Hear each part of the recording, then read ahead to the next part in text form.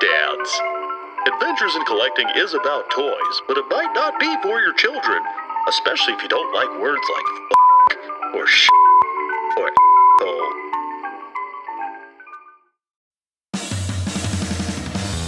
Are you ready, kids? Get your parents' permission, check your mailbox, and grab your shopping cart. It's time for the Adventures in Collecting podcast. I'm Eric. And I'm Dave. Welcome to Adventures in Collecting, where we talk toy news, culture, and hauls, along with our journeys as collectors. Hello, everyone, and welcome back to Adventures in Collecting. Hello, everyone. There it is. Love it. Always bringing the high energy.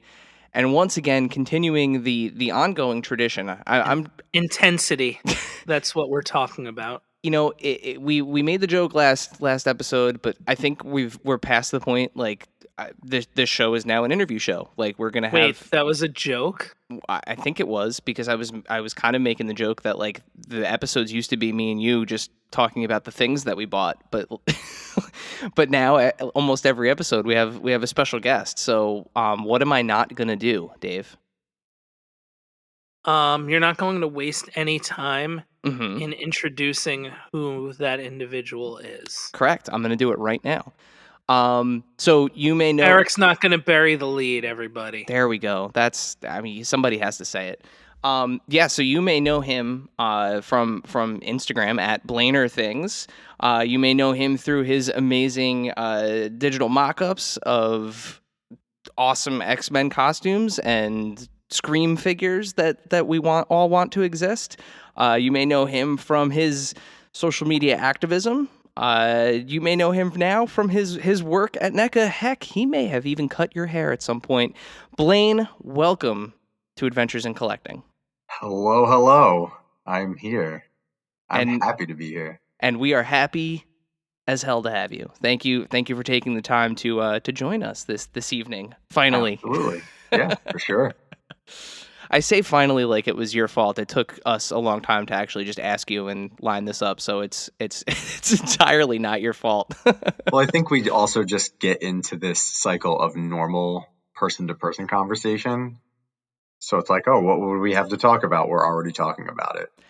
I do have to say, putting together an outline for this episode was challenging because of that very exact thing. It's like, so when you talk to somebody almost every day, what's left to ask them? No, but we're gonna have some fun. We have a couple of questions from Instagram from our collective audiences, because we both shared out the story. And you have an extremely interesting story and an interesting path to where you are. So I think we're gonna have a good time. So the first thing that we do, Blaine, before we jump into everything, we always ask our guests, what are you collecting right now, and what are some of the more recent things that you've picked up? Ooh, what am I not collecting? That was almost going to be the question. Yeah. That one hit me right in the feels. The kids said. I mean, it's actually gotten to the point where I'm starting to feel like it's getting out of hand, and that took, very many years. Yeah, I mean, I collect so much. It might sound biased, but before I was a glimmer in NECA's eye, I just love so many different licenses in NECA. I think just because of the artistry that goes into the figure making. So as like a toy fan, as an action figure fan, I'm just drawn to that level of detail and those figures. And then Marvel Legends, Power Rangers Lightning Collection, Star Wars The Black Series. I mean, Hasbro basically has an IV direct from, my wallet to their bank.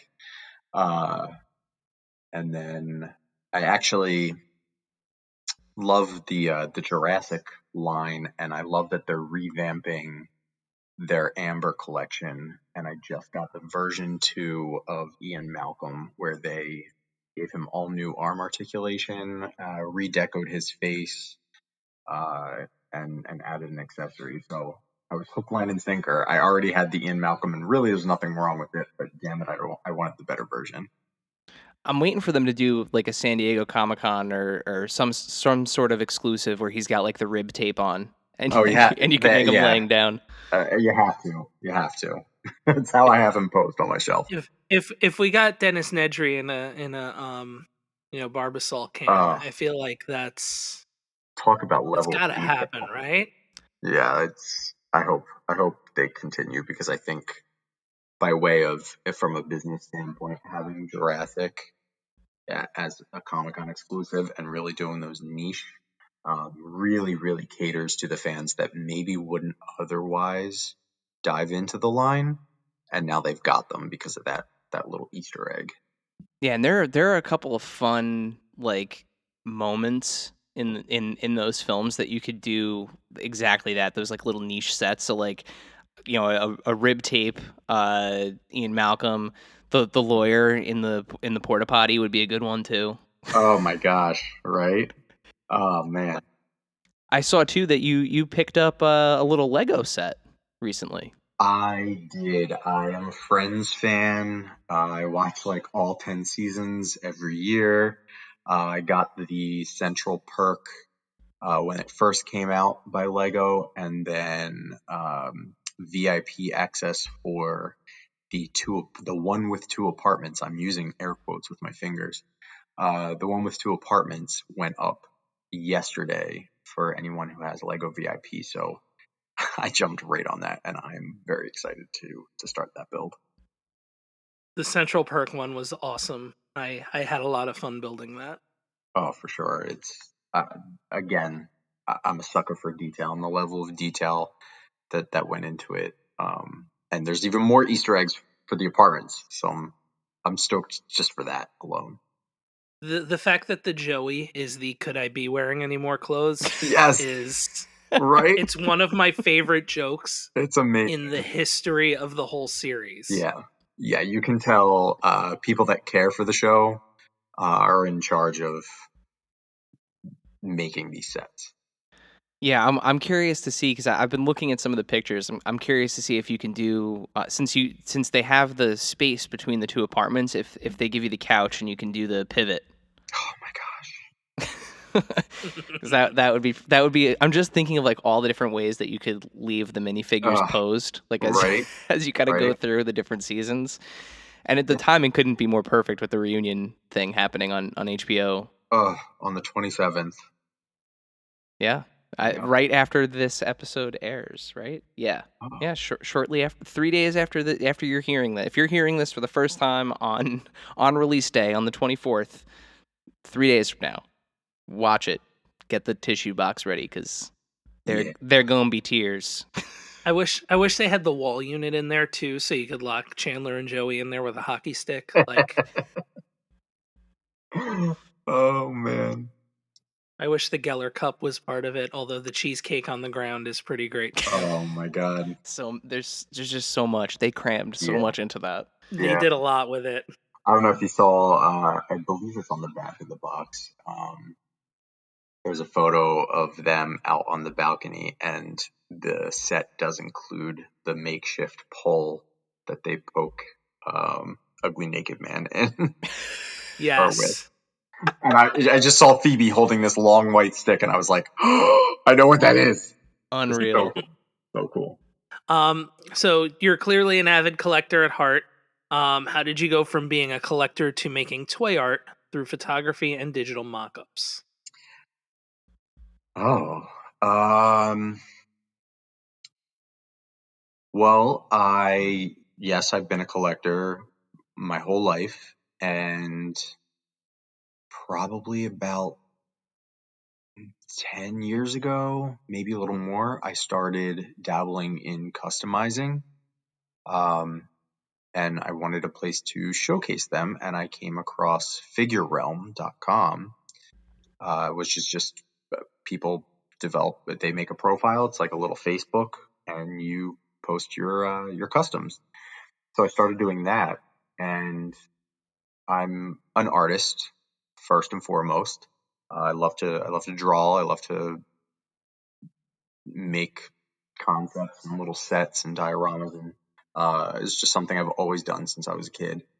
And I noticed that my photos were looking a little bland, and I wanted to put these figures in like cool dynamic poses and have little backdrops and have like small play sets and dioramas. So I started doing that, and someone had commented, "Do you post anywhere on Instagram?" And I said no, and I didn't even think of it at the time. And I started looking on Instagram and seeing that people were posting action figures in poses. And so I started a little bit here and there, probably around, I think it was like 2000, maybe 12, posting on Instagram here and there with like my action figures. And then someone had messaged me on Instagram and said, "Have you ever done any of the like toy pop sessions?" And I had absolutely no clue what they were talking about. So they kind of showed me what it was and what that meant. And now fortunately, there are multiple session pages for toy photographers. And it's just a really great way to be introduced into the community, to see other people doing toy photography, to be inspired to do your own toy photography, and to be encouraged to post it publicly. So that's how I got into it, and kind of just flourished from there, and learn new tricks and meet new friends that teach you even more new tricks and share what you know. Uh, yeah. Now, it's interesting because like we've said it before, but when we started out on this podcast originally, it was just conversations between between Dave and I, where we were just talking about the toys that we were picking up, the things that we were seeing in the aisles, just kind of general, for the lack of a better term, toy stories, stuff from when we were kids, and kind of that nostalgia aspect of it. Mm-hmm. But as we started to kind of explore really the depth of the toy community at large on Instagram, the photography aspect of it was just so much more prevalent than we could have ever imagined, to the point where it was like, in order to show the toys that we're buying in a way that resonates with the community, it's kind of like if you're not doing toy photography, you're not like communicating to your audience the way that they're expecting you to communicate with them. And the amount of talent in the community and their openness to share their successes and like what they're doing is just insane. I don't think there's really anything like it. Like, you have these incredible shots, yours included. I mean, that's kind of how we really started talking, was over toy photography. But the fact that you can see this finished piece that's polished, that's amazing, it's well composed, it's edited beautifully, and then you swipe and it's like, oh my God, it started out as this, and then you swipe again and it's like, whoa, and then they did this to get here. Like, Yeah. it's this amazing collaborative community, and it really is, I think, unique in that sense. Yeah, absolutely. I mean, I knew how to hold a phone in front of an action figure and hit click. And I knew how to make little sets up so I could combine them and have like a picture of a toy that looked like it wasn't garbage. But it was the toy community that taught me how to, it was my friend Steve. We were talking over Instagram, and he's the one who introduced me to these session pages. And he was like, "I use this app. This is superimposed. This is how you do that. So if you don't have a set, you can still show your figure off. You just find an image, on the internet, or take a picture of an image, and you can put the figure on top of it." And I started getting into that, and that's how I got into making like the digital backgrounds, because it was like, well, if I like to draw, why can't I draw and just use that as the background, or the foreground? Why not put these action figures on a green screen and then draw over them? So that's how you evolve, and you recognize, I think most toy photographers anyway, recognize that they learned what they know from watching other people and from having other people openly share what they knew and have that fuse with their own talent. And when you see talent in someone else, I think if you're not encouraging that, I don't know, you're doing something really wrong in your life if you're not encouraging to allow other people what you were given the opportunity for. 100%. And like you mentioned, your artistry goes beyond the ability to take a photo. You're also you're using digital tools and you're drawing, and I think part of that too is a lot of Bloody Disgusting picked up your digital renders of the Scream figures that you had mocked up, and I mean, like, they Absolutely looked, crazy. dude, but they looked incredible. I mean, Absolutely like, crazy. That Yeah. and that was like 2 weeks prior to that. The toys that made us shared my Demolition Man figure design. yeah. So like to have that within like under 2 weeks, I was just like, oh my, what is happening? It was just wild. Well, we know that those renders and a lot of that work that you've done has led to where we're going to go next in the conversation. But before we jump into your new official toy career, you are an artistry in another form as well. You have a different canvas that you work on. How did you go from styling hair like Erica Badu's hair to where you are now? How did you translate hairstyling to toy design? So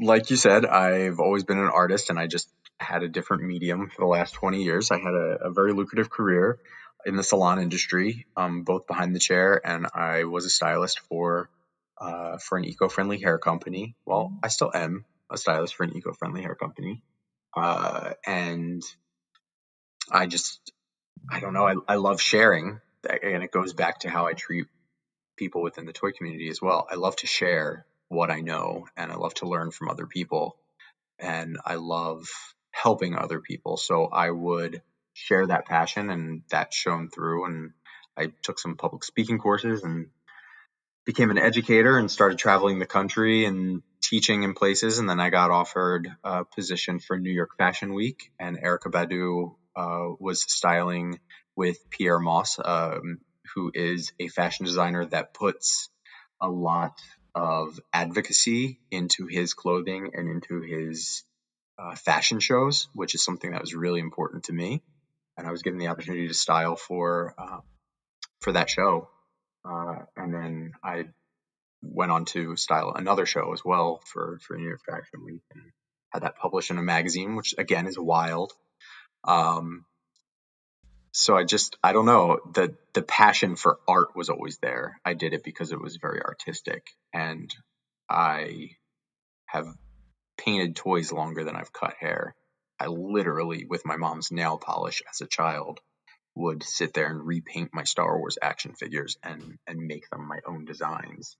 And I've always loved to draw. So then I would draw out what these new looks for Leia would be, or, this futuristic design for Han Solo's suit. And then I would paint it with nail polish. So I always had this kind of mix between toy and fashion. And that's kind of what drove me to doing these conceptual designs. And then adding, my friend Jason was like, you love toys and you love like valuing toy design. Why don't you make them look like toys? Why don't you make your concepts art look like action figures? So I started drawing like the articulation cuts, and toys are like, I love the intricacy of a toy. I love the engineering, how it's made, how it works, why they chose to do a disc ball joint for a neck instead of a double ball joint. Like I'm obsessed with those details, and I always have been. I remember taking apart my Superpowers Wonder Woman just to see how her arm worked.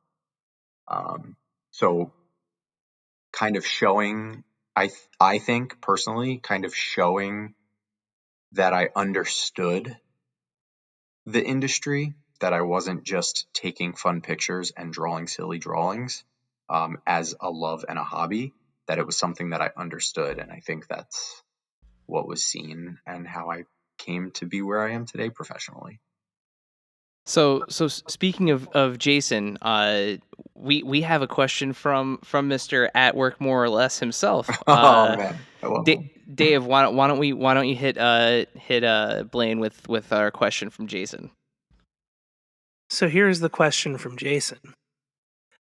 Can you explain the roller coaster of emotions when applying for and accepting the NECA gig? Well, yes, I think he could explain it too because I called him very, very soon after. Um, I, it was a roller coaster. I was friends with Randy Falk, who is VP of production at NECA, and I'm friends with one of the painters in the studio. Well, I'm friends with multiple people now. I should say I was friends with them before I had started. And Randy had called me and like asked how I would feel about taking on some freelance hours. And I guess I probably thought he was joking at first.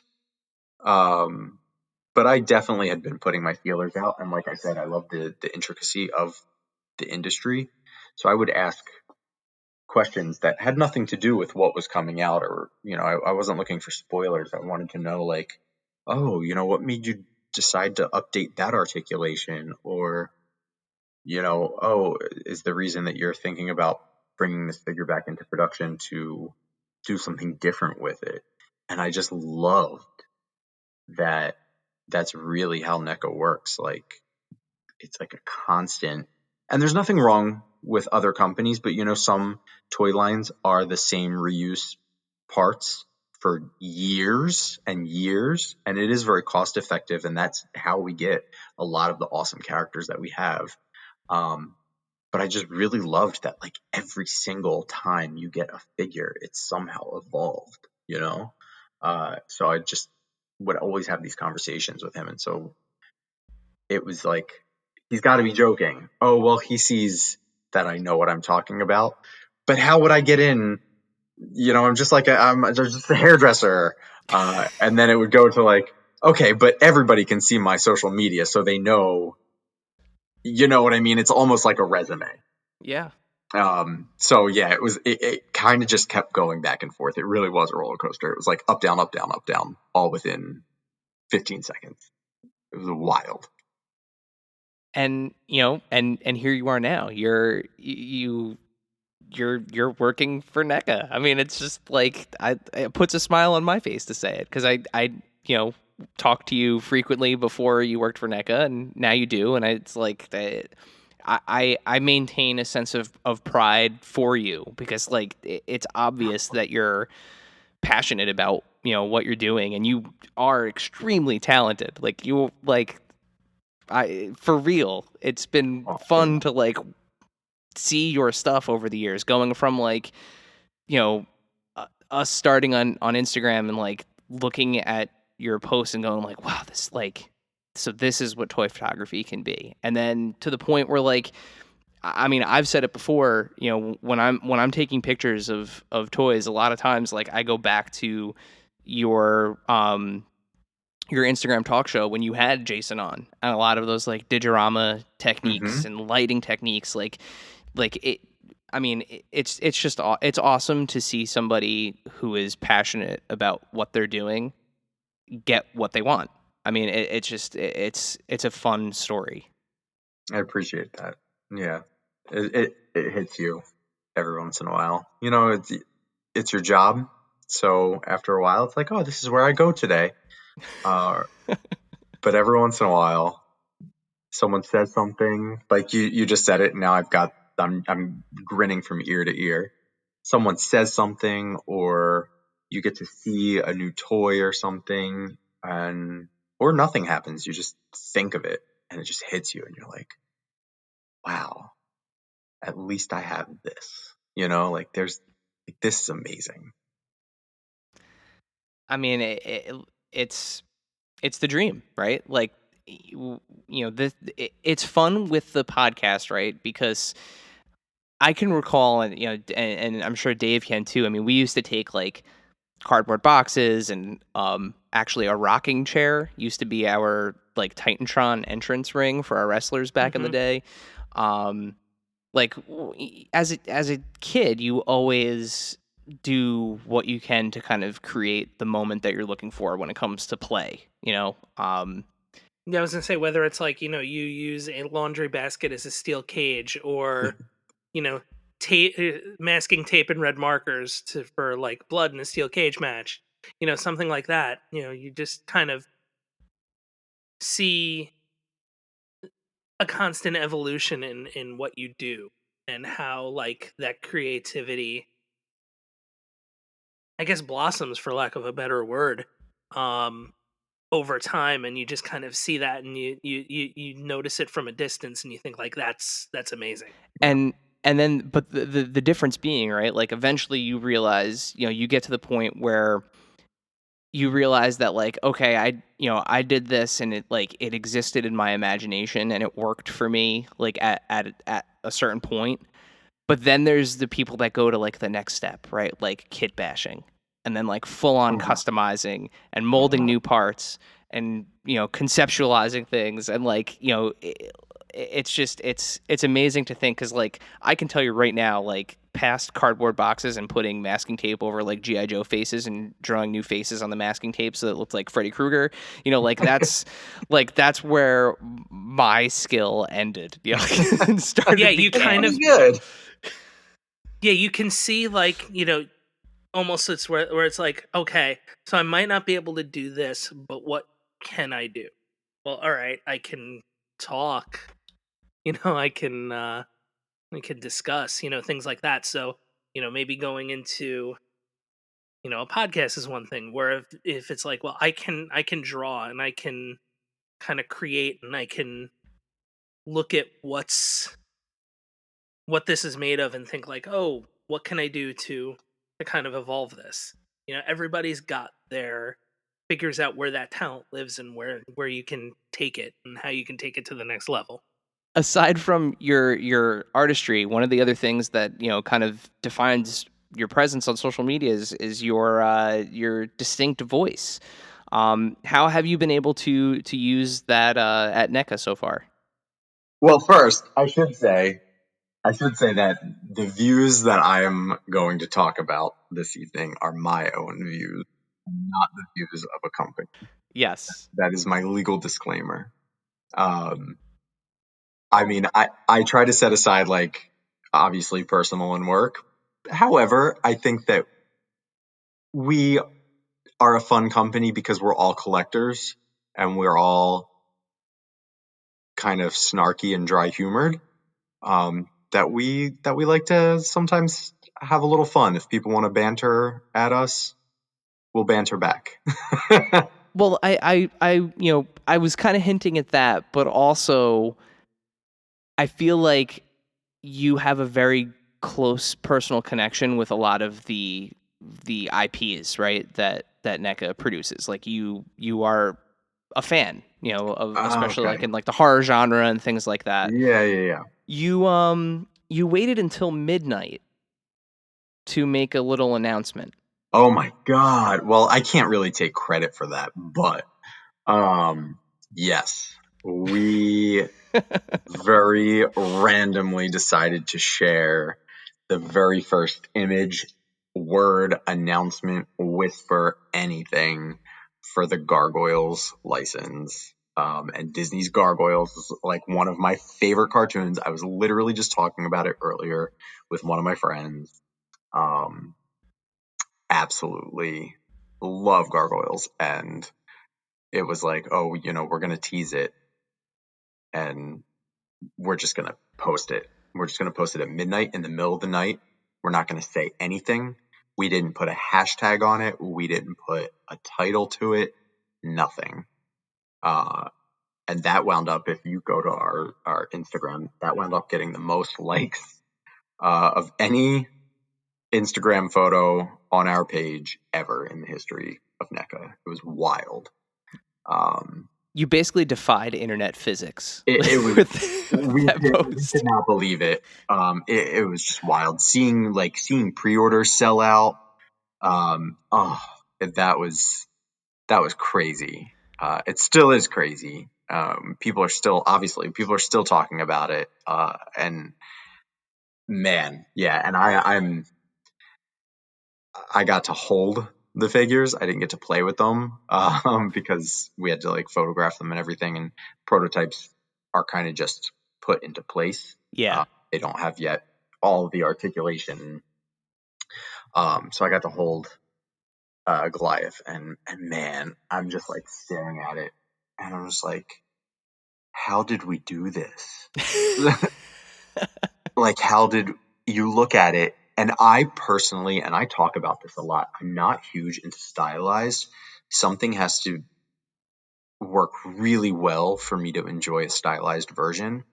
And we forget that stylized can go both ways. It can be something realistic that is made to look more cartoonish.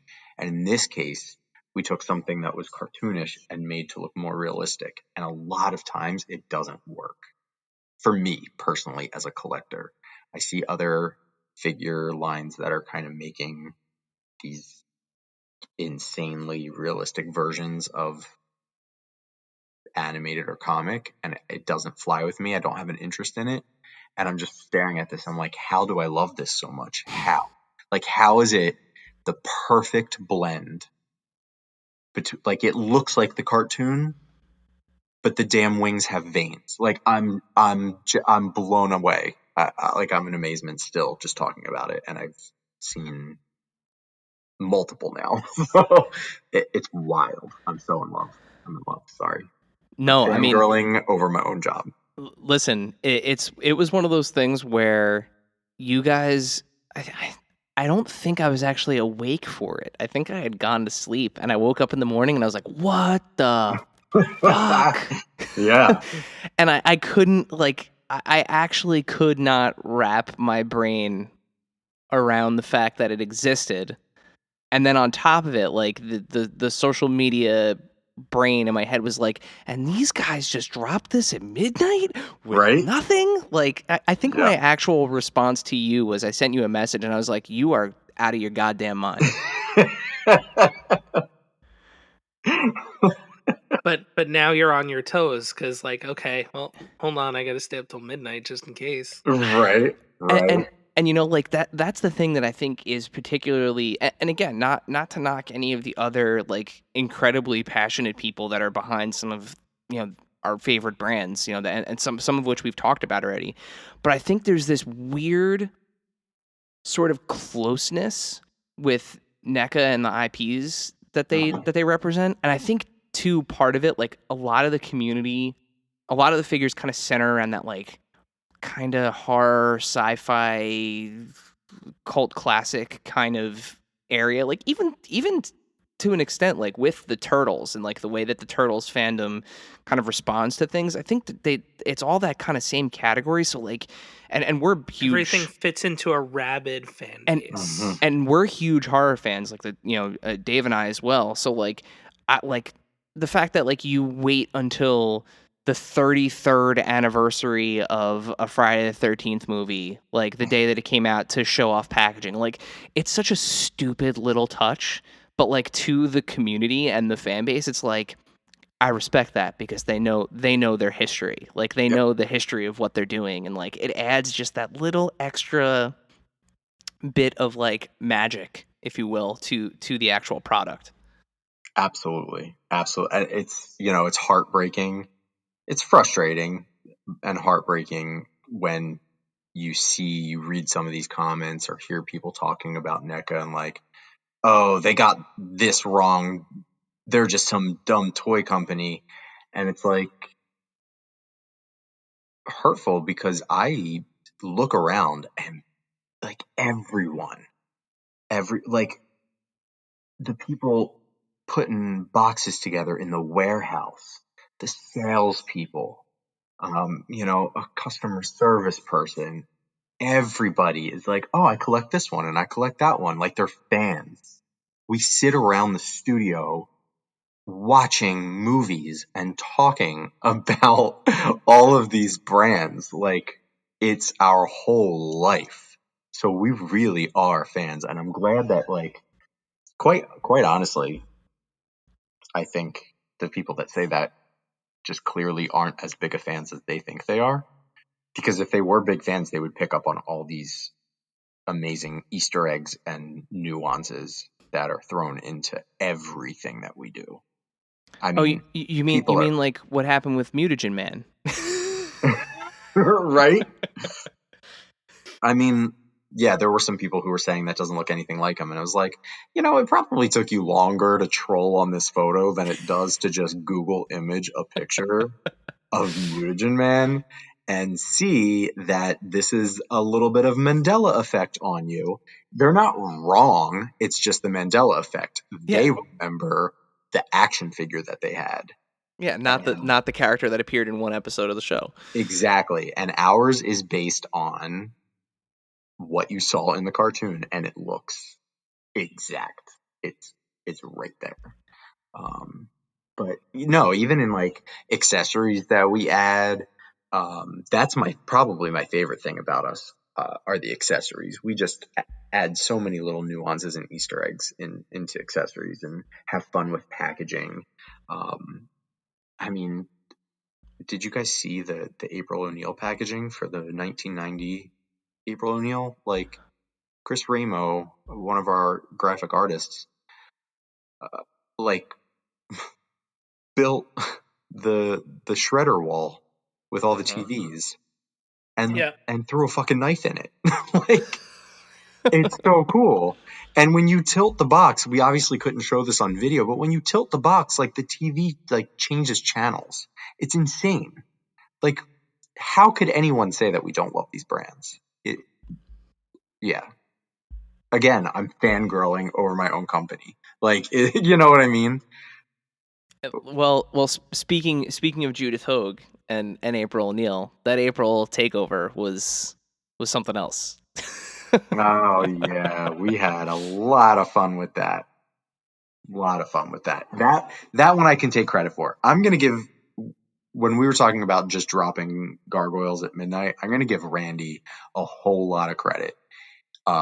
He straight up, we've lived in a digital world the last year, and all these other companies are doing these like virtual cons and virtual panels, and we really didn't know how to make it fit our brand. And all of these drops came around Toy Fair, and Randy was like, how do you do something that surprises people when everybody expects these virtual panels or these reveals, and all these like Toy Fair hashtags and virtual events? But Randy, it really was his idea. He was like, let's do something. Let's expect the unexpected. It's NECA. Let's just drop things randomly with no hashtags and no context.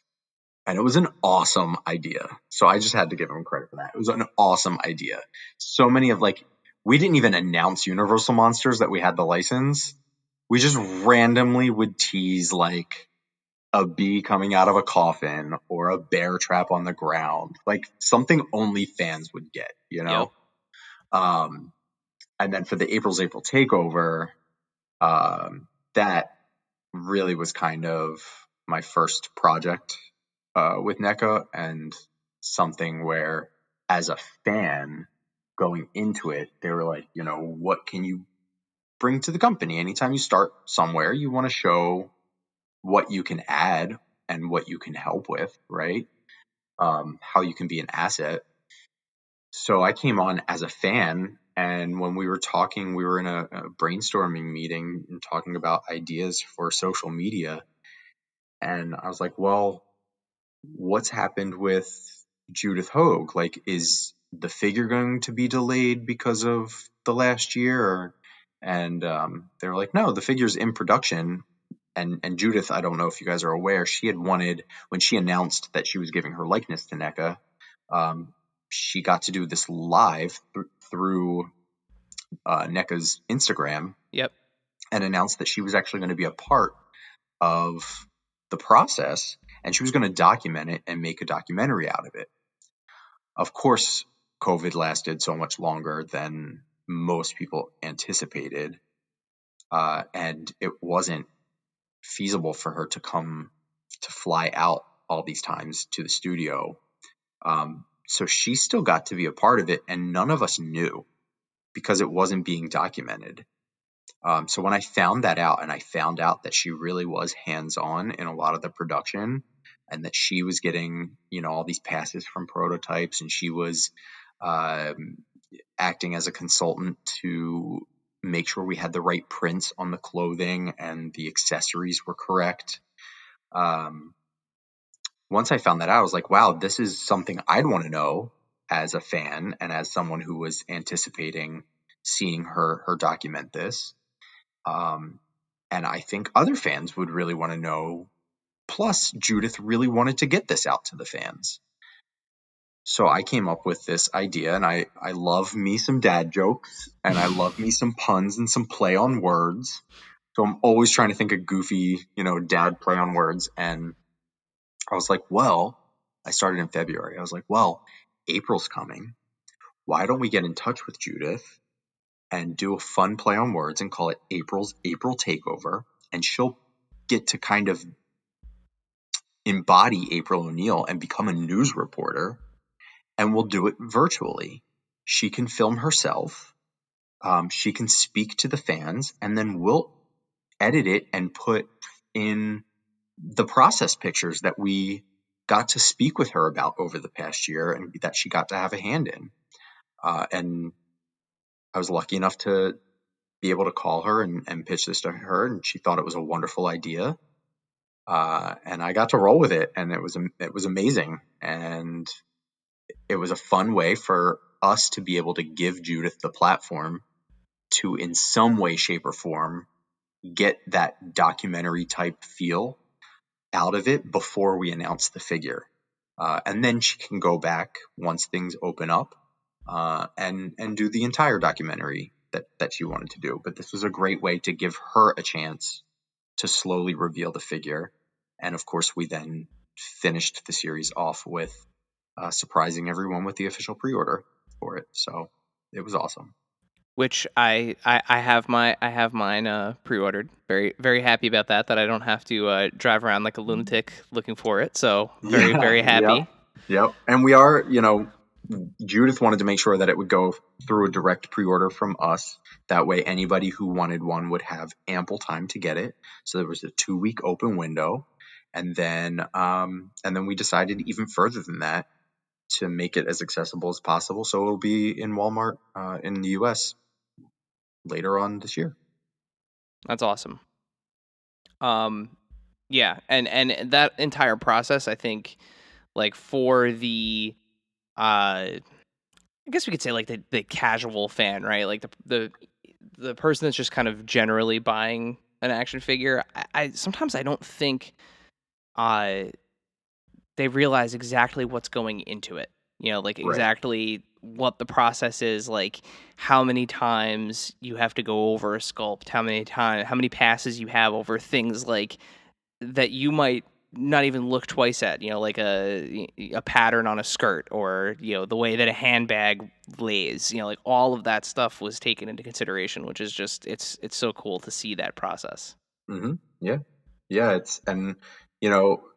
And I understand not every casual collector is going to care, but I know as an avid collector, I cared, and I know that all the people I speak with are like-minded people, and they cared. So it was really great to be able to provide that to people and to get to show the people that don't get to make it out to Comic-Con. If you go to like San Diego Comic-Con, a lot of times you get to see prototypes and you get to talk to people and you get to hear what's coming next and see early prototypes of it. So this is a really great way to provide that to people who maybe never got to go out to cons or got to speak with industry professionals directly. All right, so we have an amalgam question from a few Instagram followers. We know you from making what ifs in your design mock-ups. What if you could make one toy line? What would it be, and who would be in the first wave? Oh man. Okay. So The world is your oyster. I know, anything. right? But I'm like such an analytical thinker. Like I'm like, there are so many variables. Is this a toy line that's never been made before? Is it based off like something that's real? Do I make the toy line up? Ooh. This is it, asking a creative person question like this is Right? difficult. I don't know if I got to have my shot, you know, it sounds crazy, but I really think I'm in the right place because if I was given permission to make any sort of toy line, it would be like maybe this like icons line, um, and just do like different characters from iconic, I don't know, campy. Like I love Little Shop of Horrors. I love like the movie Clue, Serial Mom. I love Golden Girls. I like all these different weird random things that I would want to do like this like campy icon line. Oh my god, an 8-inch cloth line for the characters from Clue. Like I've never thought Oh, about how badly I need a Miss Peacock figure. Like how right. badly I need like a Wadsworth. Oh It's man. yeah. So like it would definitely be like that, and I think I work in the right company because we get to do random things like that. We like you just mentioned in the 8-inch cloth retro figures, we have the Golden Girls, we have Richard Simmons, we have Ace Ventura, we've got the horror people, Bob Ross. we've Bob Ross. It's so all over the place that we get to really make figures. I mean, even in our ultimates, we've got Back to the Future, we have Alien, we have Predator. We had a while ago, like more classic DC, like Reed Superman and 66 Batman. Um, like we just have all these different things, and yet somehow I love them all. Like it's almost like as a collector, I'm like, how do they know what I want? Like, how do they know what I'm missing in life? None of us ever thought we were missing Back to the Future 7-inch 1/10 scale action figures. And suddenly they're announced, and it's like, I don't know how I lived without them. Mm-hmm. It's just crazy. So, I never knew I needed Clue movie figures until I until just said it, 15 right? seconds ago. Yeah. Right? Yeah. I drew, and I haven't posted it because, obviously now if I ever get to pitch it, I want to be able to actually pitch it and not have to scratch it because it's public. Um, and this is no way, no one has ever said anything that it would be approved or that we're even looking into it. This was something that I just did as a fan, as a hobby. I designed retro cloth figures for Little Shop of Horrors. I did a Seymour and an Audrey. And that would just be like, that would be my first wave. If I could make the toy line, it would be like those campy B horror comedy movies. And my first wave would be, I would do 2 2-packs. I would do, I would do 2 2-packs. I would do Seymour and Audrey from Little Shop of Horrors, and I would do Gomez and Morticia Adams from The Night. Oh my god, that's another one. Oh, I didn't know I needed Addams Family figures like that. See? So I want to make the figures that you didn't know you couldn't live without. Oh my god. Like like a Christopher Lloyd Fester So right, with and with the brown coat. he's in Clue too. I mean, it's really genius. Yeah.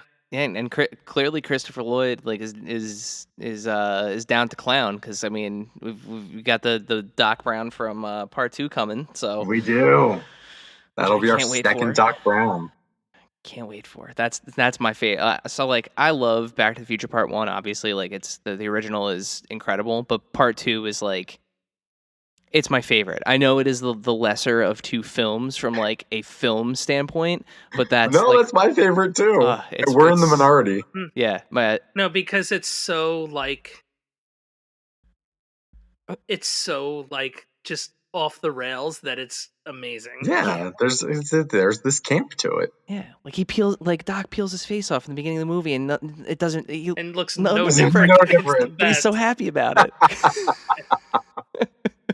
Yeah, it's And like, but here's the thing: all the cool like merch that people love or that people want is from Back to the Future Part 2. Yeah, 100% the hoverboard. It's more iconic. The hat, Mr. Fusion, yeah. the almanac, like everything is from Part 2. The actual Yeah. flying car. Yeah. Yeah, Even though it's technically at the end of the first one, but the end of Part 1, but yeah, you see it more so. yeah. So I have the Doc Brown from Part 1 because I couldn't resist when I saw it in person. But I cannot wait to have that big ass grin and the yellow trench coat. Like I cannot wait. I cannot wait. The sunglasses, The sneakers, the Nikes. Yep. Yeah. It's yeah.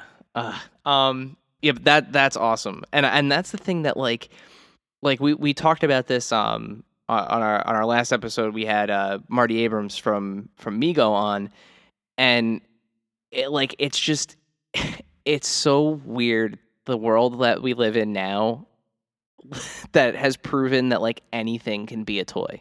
Like just about anything can be, and it doesn't have to be like you don't have to commit to a whole wave or a whole series or even like two waves like some toy lines had to be back in the day.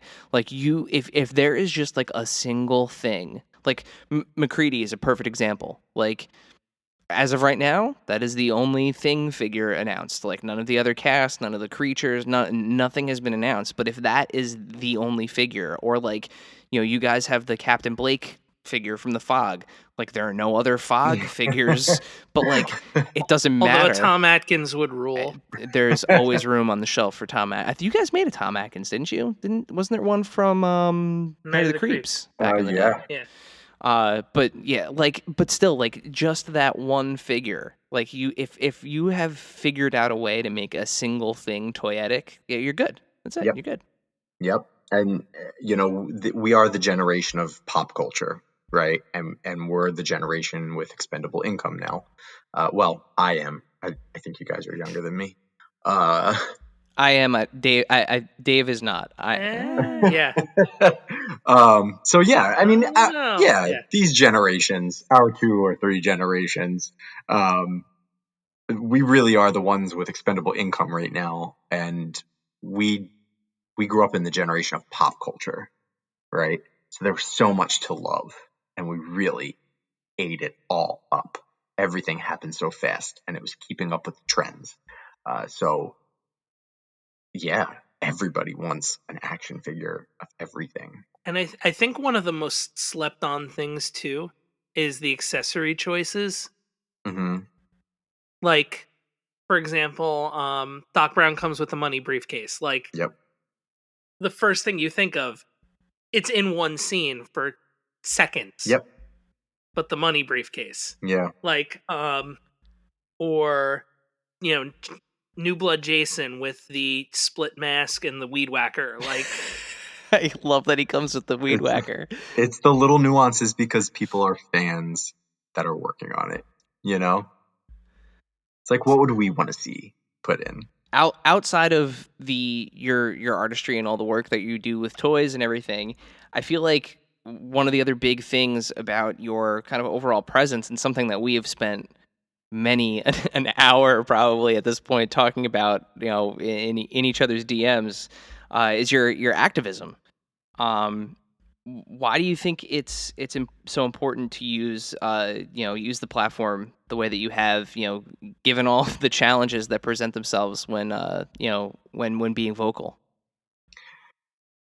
Well, I think morally, anyone with any form of platform should use that platform to help others.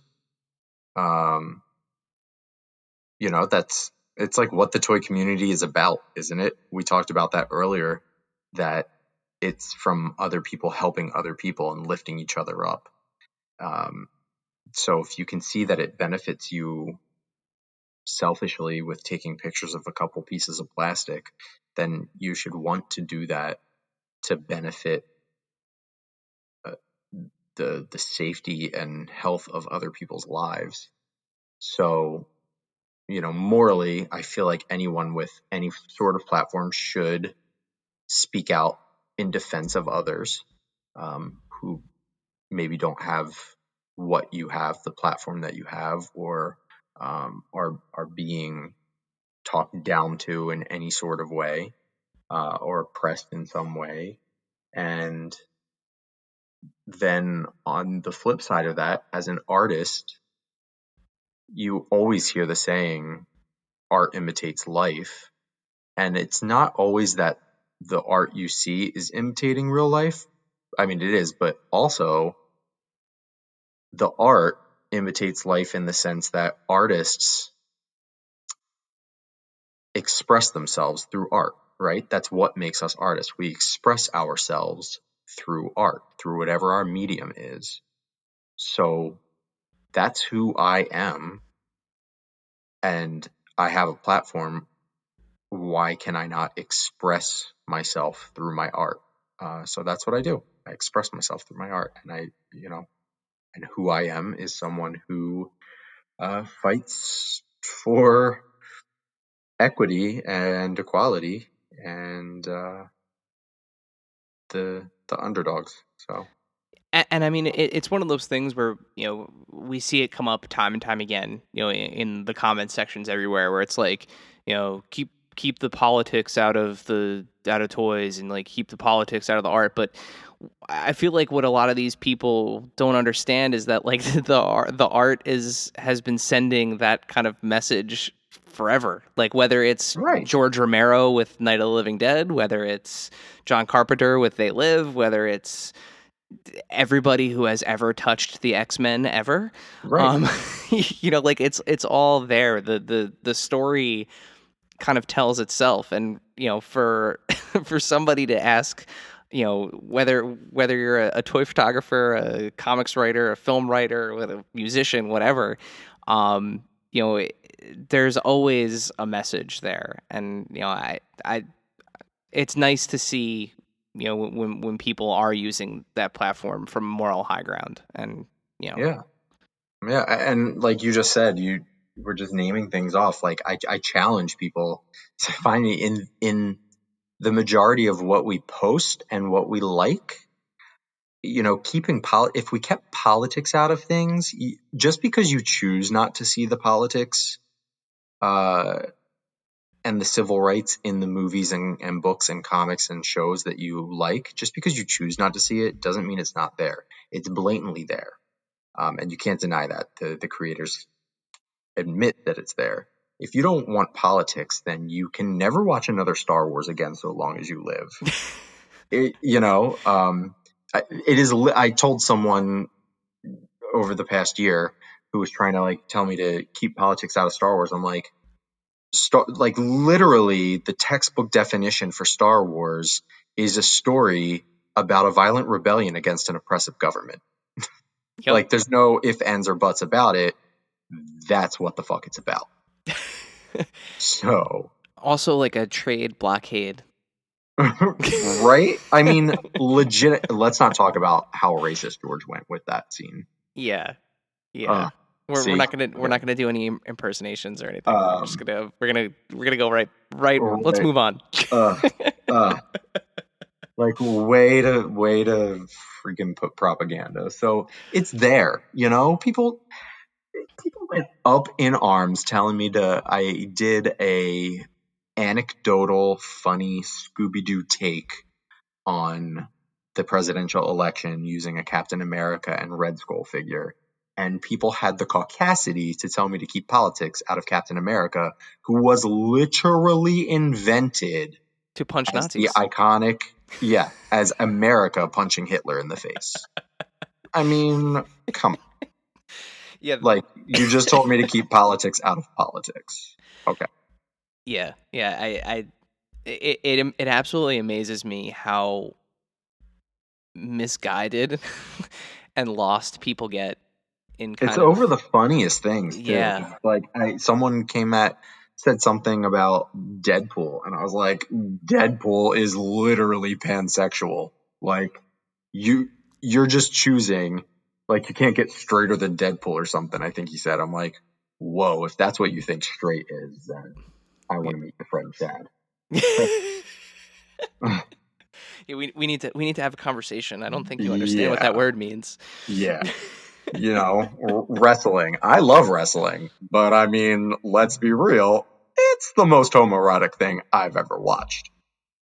It's I mean it's athleticism. It's the what's the term? It's the Adonis, right? I mean, Yeah. Yeah. whether you're talking about Rocky Horror or professional wrestling, I mean, and it has nothing to do with masculinity. Like, I'm nobody's calling into any question anybody's preferences, but like the male body and the male form is on display. I mean, what else are you gonna say? Right. Yeah. I mean, that's what it is. And I think people just need to realize that there is no, they pick and choose, if they see a character that is LGBTQ plus and they're in a Speedo, suddenly all these groups are like hate commenting. But then you look at they love WWE and they find these men in Speedos to be the most masculine, straight presenting people. It's just like, guys, if more people could just see that it is just a social construct and there is no kind of right or wrong in feminine or masculine or whatever people like, I don't know. I think the world would be a better place. I feel like I'm getting on a soapbox now, so I'll step down. It I is feel it. I feel the BlainerThings boiling. it is totally fine. You're in good company. You're amongst friends. For The sure. Kraken is lurking beneath the surface. Okay, so. We'll call on it if ever needed. Oh god, if they need to defend some little fun colored Lego set.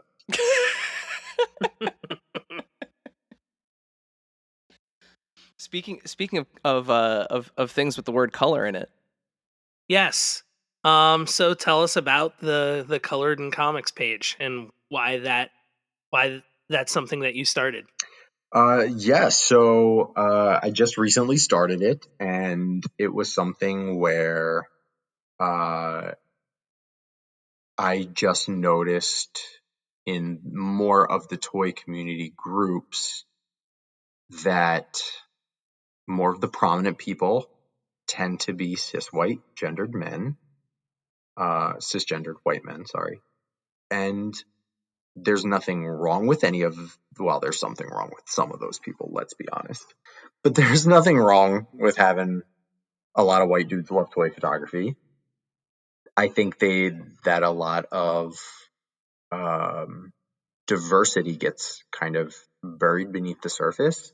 And I see some really amazing toy photographers who are people of color, and I see some really amazing toy designers and sculptors and just industry professionals that are people of color or part of the LGBTQ plus community.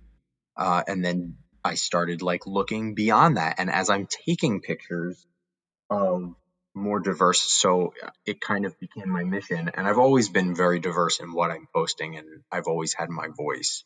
But I kind of found my own niche and stopped trying to impress the wide market this past year. And I was like, just full gung ho, like I'm going to showcase that there's diversity in everything that people don't think there's diversity in. They want to sit there and say Superman's not black. Well, there was a black Superman. Why did they make this person this color or this race? And it's like someone told me that they didn't know that one of the Robins was a Chinese American. Like, it's always been there. It's always Sunspot in the New Mutants in, like, what was it, the late 70s, early 80s? His latent mutant ability was activated during a hate crime because he's Afro-Latino. Like, it's always been there, and I wanted to showcase that. So I started noticing, like, not just in people that I knew, but in what I was shooting and what I was drawing and what I was reading. And then I started noticing how many amazing, wonderful, like, comic book artists and comic book writers and show writers and directors are people of color or part of the LGBTQ plus community. And I was like, well, how do I showcase that when I'm a toy photographer? I can reshare the people that I like, and I can post things that show off diversity. But how do I specifically showcase these people and give them a platform without drawing attention to myself? I don't want it to be for a selfish reason, and I don't want the attention to be brought to me and have, like, oh, BlainerThings is so cool because he posts diversity in action figures. I wanted to show off these people. So I developed Colored in Comics just as a platform where I would show off other people's work, and I would show off diversity in anything nerd pop. And that's what the name of the page. It's Colored in Comics, and it says celebrating representation in nerd pop culture. So anything that relates to the things that we all love, I just want to uplift and showcase the marginalized people already within these stories and already within these industries.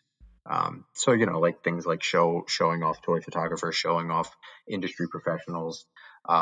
It's Asian Pacific American Heritage Month this month. So I'm doing a series of Celebrate Stories where I pick movies, TV, comics, or I'm sorry, for the Celebrate Stories is just TV or movies. It's a watch list. So I do the APAHM watch list, and I try to show people that, these people that are, like, racist and in love with the Snyder Cut, they made the very first Samoan Polynesian superhero in making Jason Momoa Aquaman. So You to couldn't get show any that, whiter looking than what then Aquaman has Aquaman, been, right? right? And people love it. They eat it up because he's broy, and there was this really amazing movie. I know Eric and I had talked about it when it came out over quarantine. It came out right around the lunar celebration. Was Over the Moon, and it was this animated film, and it indirectly, in a positive way. I mean, I'm trying to find, for lack of a better word, they indirectly shove Chinese culture down your throat. Oh, In a yeah. very good way. You Mhm. don't even realize what you're watching. You're just having a wonderful time watching a beautiful story that anyone of any age can appreciate and fall in love with. And all the little details and nuances in it, from traditional, talking about the movies based on, it really is like almost how Disney would base their movies on old fairy tales. This Exactly. bases it on an old Chinese fairy tale, but then they put in current pop culture references and cultural references in general for the Chinese culture, and it's just a beautiful movie. And then they, like, we finally have gotten to a point where most animated film and TV are making sure to align the voice, the characters with proper voice actors. If it's a character of color, they're going to hire a voice actor who is of color. Mhm. So seeing all these, like, huge stars, and this came out just on Netflix because it was during shutdown. Seeing all these huge stars in this beautifully animated movie with a wonderful story, I was just like, okay, things like this need to be talked about in the way that people don't think about it, and hopefully it opens people's eyes, because I bet a lot of people watch that movie and not once thought about the fact that they were um, being privileged enough to take a look into another culture through this fun animated movie. And we get that all the time. We get these opportunities to look into other cultures and see how other people live through movies and TV and comic books and action figures. So I just really wanted to show people that they might not always see what's right in front of them. Yeah, it's an awesome effort. I try to contribute to it as much as humanly possible. Whenever I find something that I know fits the bill, I try to send it over to you. It's, by the way, we've been saying Colored in Comics, but it's at Colored in Comics, but QOMIX. So I had to be clever. Yeah, I love it. If you are listening to this podcast and you want to follow it, it's at Colored in Comics, QOMIX. Yeah, and it is an awesome effort. It's especially what you've been doing during this month has been great. Like you said, the showcases are just, they're fantastic, and frankly, like, I think everybody needs to take some time to learn. I think education is really important. Even in something as innocuous as toys and, like, pop culture, I think it's really important to kind of stop and listen and learn. And it's awesome to get a little nugget every now and then. It's great. Yeah, absolutely. Who doesn't love a nuggie? Little nuggie. So before we ask our final question, we do have one more from our Instagram audience. This comes from at Power of X-Men, which, by the way, another awesome page, X-Men page. I joined their book club randomly. It's so cool that they do a comic book club. Yeah. They're a recent discovery on our part. They actually he followed us and reached out, and then I started looking into the interviews and stuff. Great page. So at Power of X-Men. So this one we're all going to answer. I'm going to give this to all of us, but Blaine, you're going to go first. What is your holy grail of toy collecting? Ooh, okay. So this is another one where I overthink everything. So, like, the Holy Grail was, like, never found. So are we talking a toy that I've always wanted and never got, or, like, the most special toy that I have? So we're going to save the latter part of that question. This is for the toy that got away. Either the toy that got away or the toy you wish existed. This is going to sound so stupid, and looking back on it, they're probably absolute crap. So I'd want new versions, obviously. But I love Toy Fair and always would read the magazines and everything, and sometimes you would get prototypes. I'm gonna say two now, because now all I had to say was prototype, and I know what it would be. All right, so my first one, as a kid or a younger person, there were prototypes in Toy Fair magazine for Fifth Element action figures. Oh yeah. But then I never saw them hit shelves, so I would totally want those. And then what I thought of as I was saying prototype was Diamond Selects did Battlestar Galactica, which was my favorite show ever made, ever in the history of television. And the last wave, they canceled the line on the last wave with the three most important characters. And President Laura Roslin looked so good, and I needed her so bad. And, like, an articulated prototype was made, and what I would not do. I wonder whatever happened to those. We'll have to reach Zach, out to, if you have an extra one, please.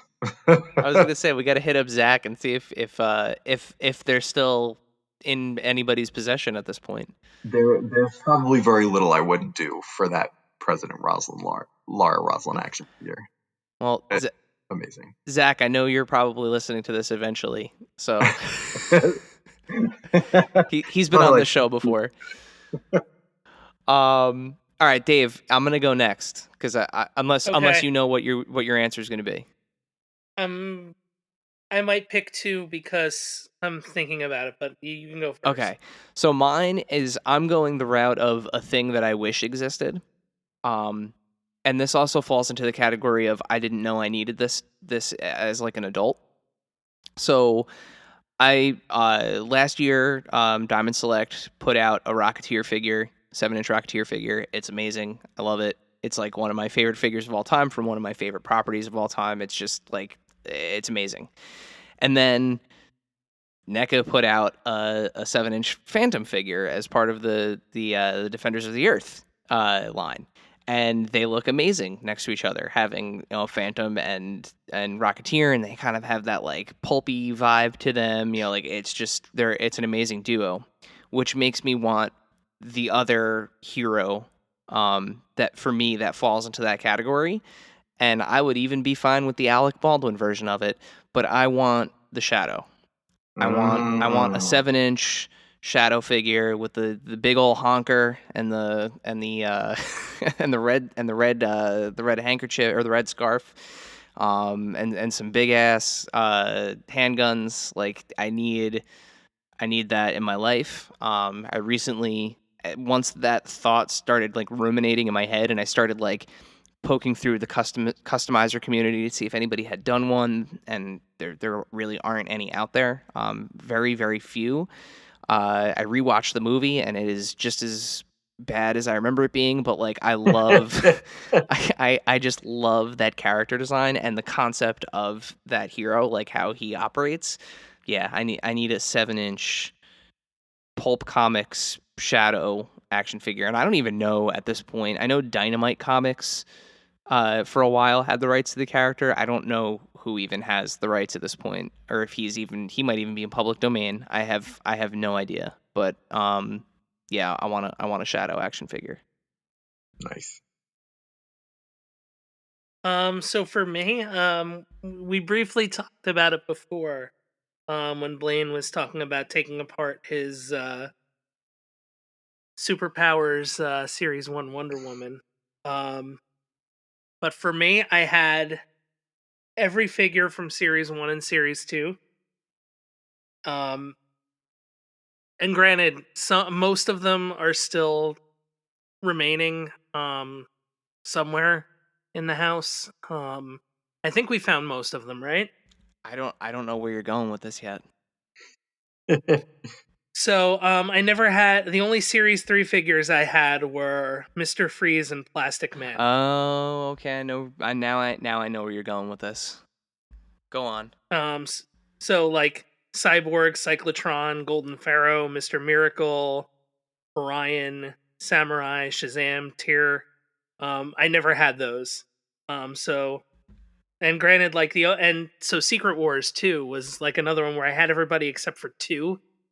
I never had Hobgoblin or Falcon. So for me, those were, you go back to what didn't you have when you were a kid? Like, You even have Clark Kent. You have the mail away. somewhere. No, you have it. I It's in that. did. No, it's in that. Oh, I No, have it? that one we found. That one I know we Okay. found in the blue suit. And I feel like Steppenwolf was originally a mail away too, but then was packaged. That one I don't. I know you have I could him be too. wrong, He's got like but- the rope accessory, right? With the axe, Yeah. yeah. Yeah, But I he's had, like, like- the spiky.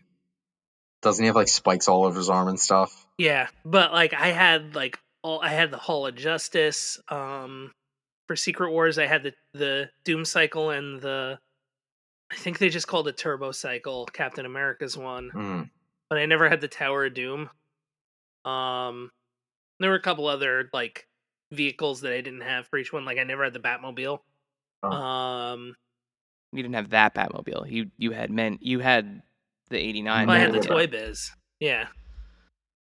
But, like, so, but the other thing too is mine were like so heavily played with that, like,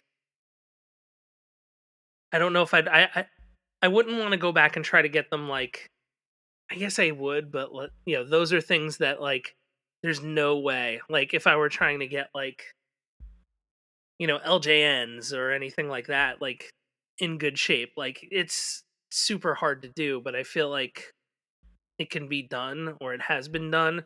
But like I've never seen, and I'm sure somebody's got it, but like I've never seen those like new and look good, because on the Secret Wars ones, like the paint came off so easily when you played with them. Mm-hmm.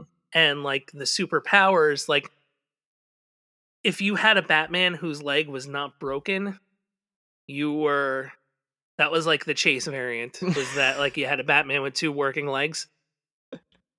Yours are still in The pretty good Chase shape, variant. man. They're really No, Batman, when you squeeze his legs, that one leg comes right off. Oh. But I mean overall, like, Or like the capes, like the little kind of part that stuck around the back of the neck oh yeah, the would little always C like clip. break or fall off. Yeah. So what is the Holy Grail? Is there a single figure, or is it just the ones you're missing? Everything, Eric. Everything you just Yeah, listed. I'm Mine would be the ones I never had. okay. I was just trying to put a lasso around an answer there for you. That So it's- broke too. You always Yeah. lost the lasso. Oh, forget it. Yeah. The lasso of what? Nothing. It's not there. You lost it. It's gone. It's in the invisible jet. Yeah. Yeah, the tangent. Sometimes I go on tangents, and that was one of them. Yeah. So, But we came back. we got there. That's all that matters. Mhm. And Dave, you know what that brings us to, right? So the final question. We know this is technically collection number 2 that you're rebuilding, Mhm. but in this current collection, what is your favorite or strangest piece, or both? Now, it can be one, it can be the other, it can be both.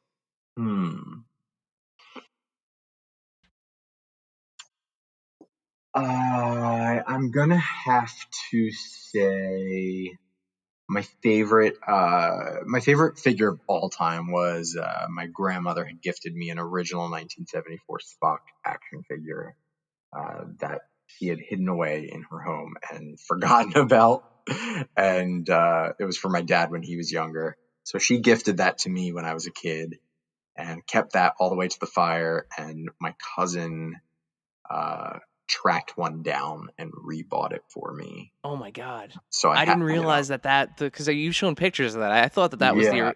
so that's even wow. Yep. Wow. Yep. So it's it's obviously not the same, but that one has a lot of sentimental thought as well, just for a different reason.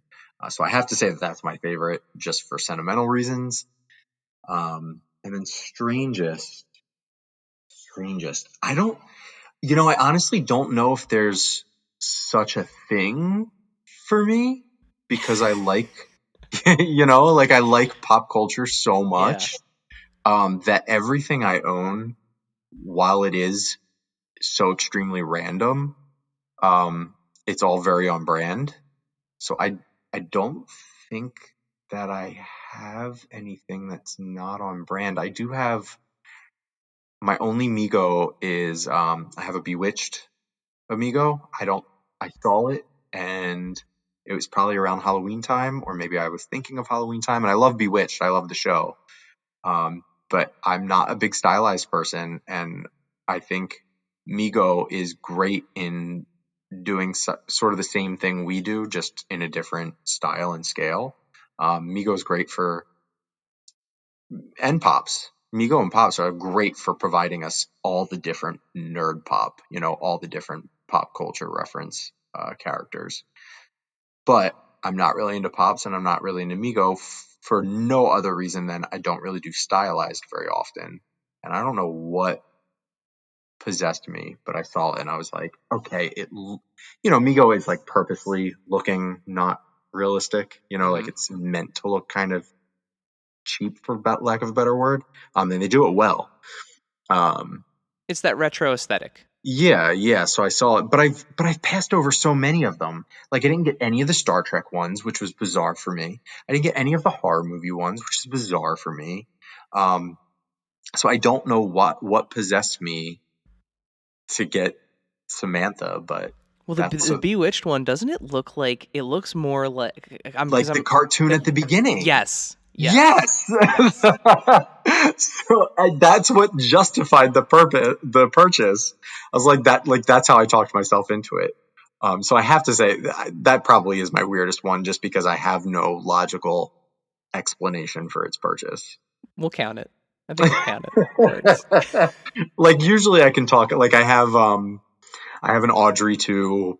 But I actually have two. I have the Chase as well. The Audrey 2 pops from Little Shop of Horrors. But Those are great pops, by the way. yeah, and I don't have Seymour or Audrey because they're pops. But Audrey 2 looks like the plant. Like, it doesn't look stylized. Yeah, It and fits. if you have the Rick Moranis figure from that the Ghostbusters Plasma series. I do, and I posted a toy photo of it, and I did a little digital custom and resized it and everything. So yes, I do have that on my page. I love Little Shop of Horrors. It's like a sickness. It probably is literally playing. If I hit play on my Apple Music, it's probably Little Shop of Horrors. Yeah. Now I was gonna say that said, with the like stylized stuff, and we didn't talk about it too much, but like I was actually thinking of dipping my toe into the Toonie Terrors, because it's like Oh, another thing I like is like something where I can get it and it's not gonna be a lot, and I can kind of pick and choose, but it's new.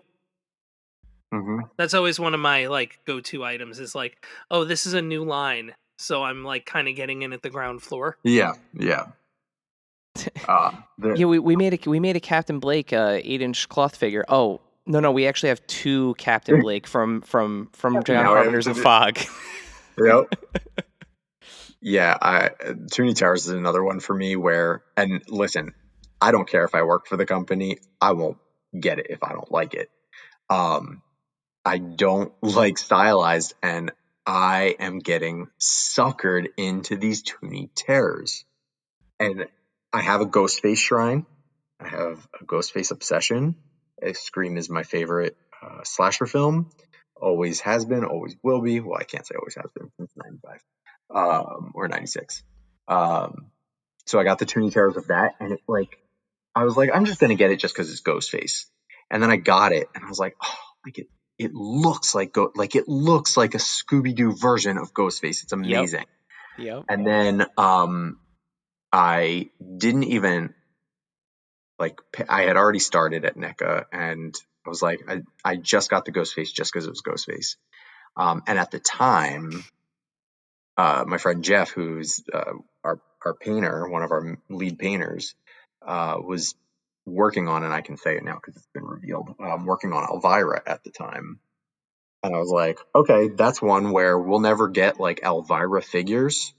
You know, I think we were talking about that earlier. I think Dave was talking about that, like just figures that we would like never get. I was like, okay, well, I'm going to get that because that's the way I'll get Elvira. It looks amazing, whatever. And then I'm randomly in Target, not at work, randomly in Target, and I see the damn Beetlejuice, and I'm like, that just looks like it's like the Gargoyles thing. Like, it looked like such a perfect blend of Michael Keaton Beetlejuice and animated Beetlejuice. I like literally, I had like Target syndrome, where you go into Target for toilet paper and you walk out with like $175 of shit. I walked into Target and I walked out with Beetlejuice, and I looked down. I'm like, oh, how did that get there? I blacked out. I was like, I had to have it. I never really thought about it until just now, but there really is like some serious Hanna-Barbera energy coming from that line. And It's amazing, right? Mm-hmm. Right? I never, it never clicked until, and I'm like just now thumbing through like pictures of them again, and it totally looks like they could be chasing Shaggy, and like Michael Myers could be waiting in like one of the random doors that Shaggy and Scooby Right? open in a long hallway. Like, Yeah. Well, I saw the new series, and that was what made me think like, okay, I can go back and get some of these because I'm gonna want Herbert West. Like Elvira's great, Harry Warden's great, Captain Blake. Right, Harry Warden is the My Bloody Valentine. Yes. Yes. Yeah, but like even like the Halloween 2 Michael Myers with like the bleeding eyes, like it's just Or the Sam, yeah, like and How good does Sam look? I mean, it caters to the style so Yep. well. Yep. I mean, Sam is just a toyetic character to begin Right. with, so I look at that one and I don't even see it as stylized. You just have a comic version. Yeah. You know? Yeah. It's so well done. So well done.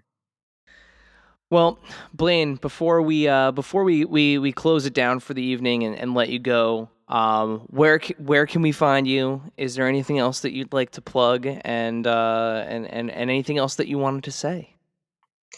Gosh, I mean, I could just keep going and going, so don't ask me that. But obviously, if you want to follow me, it's BlainerThings. I also have Colored in Comics, which is QOMIX. I'm BlainerThings on everything, so no matter where you want to find me, Instagram, Twitter, TikTok, Clubhouse. I try to be like the cool kids. Tinder? But you can find me on Tinder. I will answer you once a month because that's I forget that I have it. I have too many other things going on. You send carrier pigeon, whatever. But yeah, I mean, obviously, know what you're getting into if you follow BlainerThings. Instagram is mostly toy photography and my toy hauls. I do Toy Haul Tuesdays. TikTok is a lot of behind the scenes, so I try to show off how I come up with my shots and the products that I use to further help other people if they want to learn how to do what I do. And Colored in Comics, like I said, is a great place to go and maybe learn some things about characters that you didn't know before, or see some artists be showcased. And then go follow NECA Official because we make some dope ass figures, and and you can see all the latest and greatest happening on there. And also, if you're a toy photographer and you're listening to this and you love NECA, start hashtagging them, or start tagging them and use the hashtag NECA fan photo and photos FOTO. That's another wonderful thing about NECA is we really love toy photographers, and we love when people use our figures in toy photography, and we do something really special that not a lot of companies do, and we regularly feature toy photographers. So most of, if they're not a solicit, a direct post from something that we're announcing, most of our posts are actually fan photos that we just really love to share. Yeah, it's awesome. It's love to see it. Love to see it. Well, Blaine, thank you again so much for joining us on Adventures in Collecting. We're going to let you go back to watching and or listening to Little Shop of Horrors. Thank you. I'm going to do it because I'm singing it in my head now. So. Suddenly Seymour. Oh, we should. I was thinking of You'll Be a Dentist. So good. There are a couple songs that are in the show that didn't make it to the movie, and one of them was like a piece of the song was in the movie, but it's my favorite song. It's called "You Never Know," so that's usually my go-to. So now you guys have homework. You're welcome. I'm familiar. Yes. We're good. We're good. We also do the Broadway. Amazing. I knew I liked you for more than your mustache. Thank you, dear listener, for hanging out with us today. Subscribe, rate, and review us wherever you listen, and then tell your friends to do it. Thanks also to Joe Azari, the golden voice behind our intro. Our music is Game Boy Horror by the Zombie Dandies. Find more about them both in our show notes. Follow us on social media at AIC_podcast on Instagram and Twitter. Stop by and say hi, show us your toy hauls, and share your toy stories. Maybe we'll talk about it in a future episode. Don't try this at home. Void where prohibited and some assembly required. Each sold separately, not a flying toy. Consult a physician if your toy run exceeds more than 4 hours. This has been a non-productive media presentation. Executive producer Frank Hablawi. This program and many others like it on the Non-Productive Network is distributed under a Creative Commons Attribution Non-Commercial No Derivatives license. Please share it, but ask before trying to change it or sell it. For more information, visit non-productive.com.